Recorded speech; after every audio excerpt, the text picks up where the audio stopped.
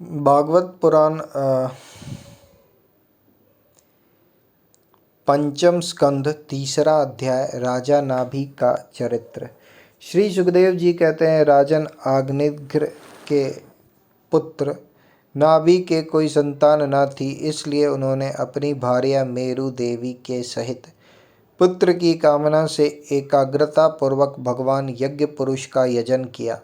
यद्यपि सुंदर अंगों वाले श्री भगवान द्रव्य देश काल मंत्र ऋत्विज दक्षिणा और विधि इन यज्ञ के साधनों से सहज में नहीं मिलते, तथापि वे भक्तों पर तो कृपा करते ही हैं।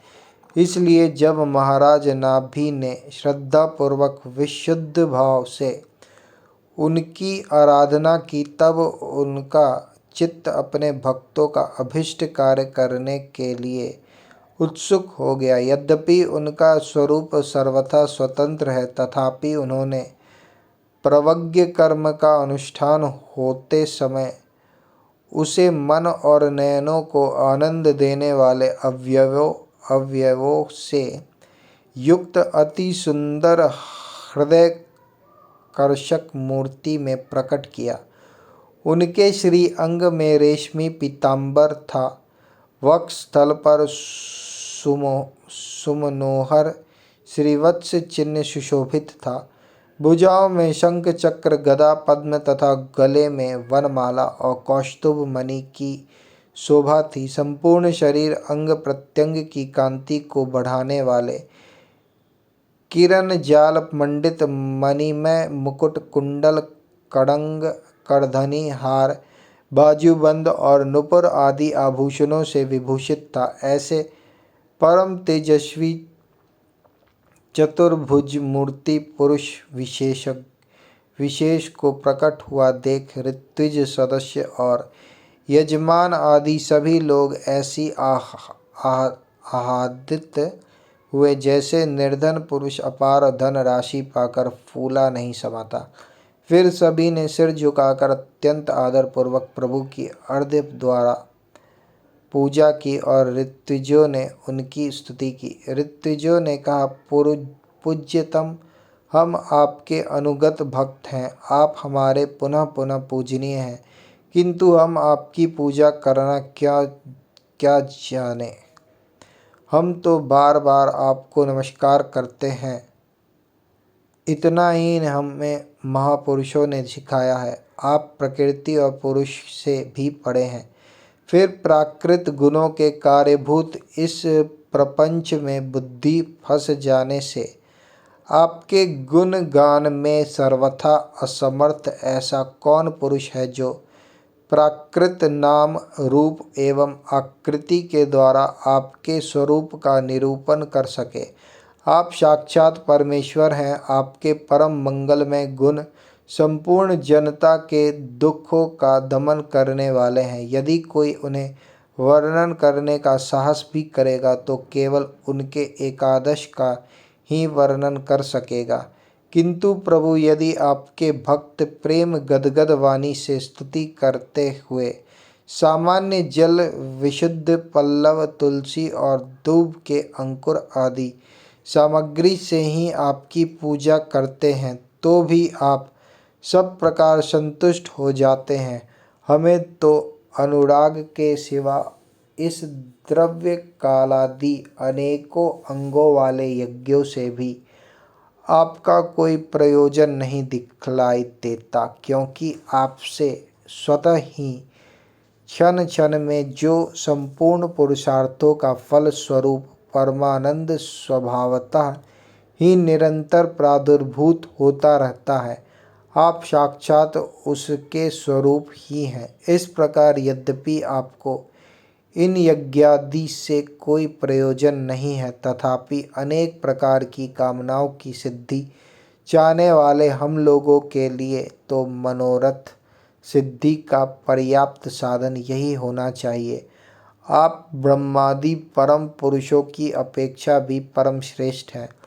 हम तो यह भी नहीं जानते कि हमारा परम कल्याण किस में है, और न हमसे आपकी यथोचित पूजा ही बनी है, तथापि जिस प्रकार तत्वज्ञ पुरुष बिना बुलाए भी केवल करुणावश अज्ञानी पुरुषों के पास चले जाते हैं, उसी प्रकार आप भी हमें मोक्ष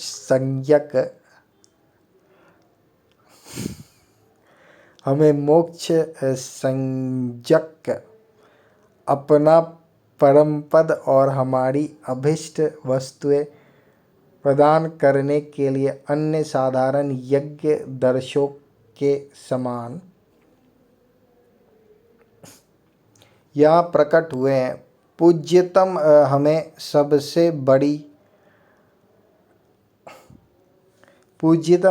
सबसे बड़ा वर तो आपने यही दे दिया कि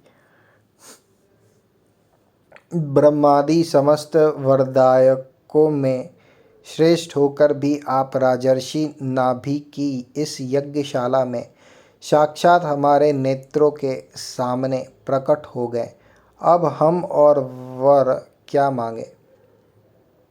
प्रभु, आपके गुणगानों का गान परम मंगलमय है। जिन्होंने वैराग्य से प्रज्वलित हुए ज्ञानाग्नि के द्वारा अपने अंतःकरण के राग द्वेषादि संपूर्ण मलों को जला डाला है, अतएव जिनका स्वभाव आपके ही समान शांत है, वे आत्माराम मुनिगण भी निरंतर आपके गुणों का गान ही किया करते हैं।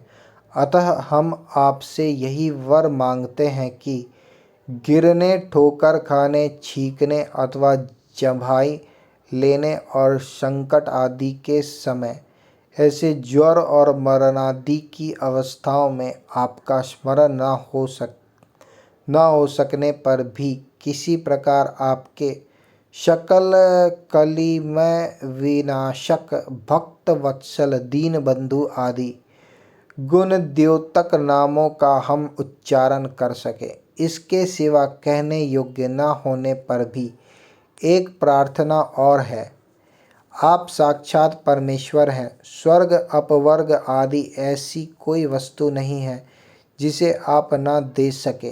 तथापि जैसे कोई कंगाल किसी धन लुटाने वाले परम उदार पुरुष के पास पहुंचकर भी उससे भूषा ही मांगे, उसी प्रकार हमारे यजमान ये राजर्षि नाभि संतान को ही परम पुरुषार्थ मानकर आपके ही समान पुत्र पाने के लिए आपकी आराधना कर रहे हैं।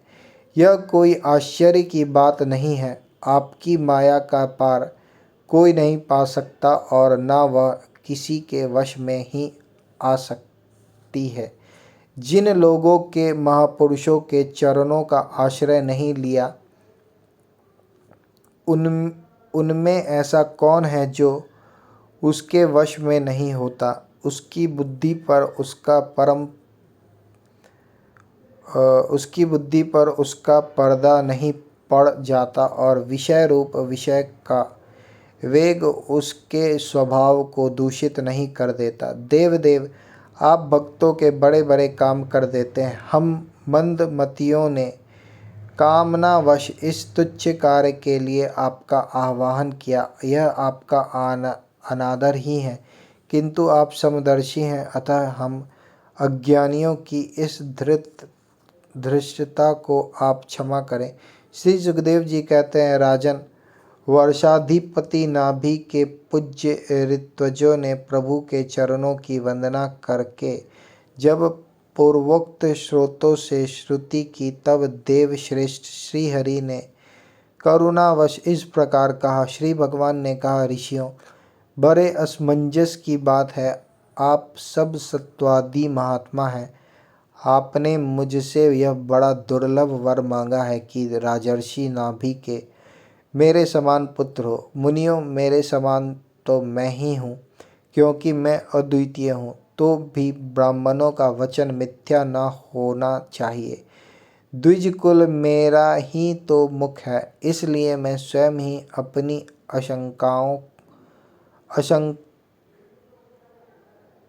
से आग्निद्र नंदन नाभि के यहाँ अवतार लूँगा, क्योंकि अपने समान मुझे कोई और दिखाई नहीं देता। श्री सुखदेव जी कहते हैं, महारानी मेरु देवी के सुनते हुए उसके पति से इस प्रकार कहकर भगवान अंतर्धान हो गए। विष्णु दत्त परीक्षित उस यज्ञ में महर्षियों द्वारा इस प्रकार प्रसन्न किए जाने पर श्री भागवत महाराज नाभि का प्रिय करने के लिए उनके रनिवास में महारानी मेरु देवी के गर्भ से दिगंबर सन्यासी और ऊर्ध्वरेता मुनियों का धर्म प्रकट करने के लिए शुद्ध सत्वमय विग्रह से प्रकट हुए।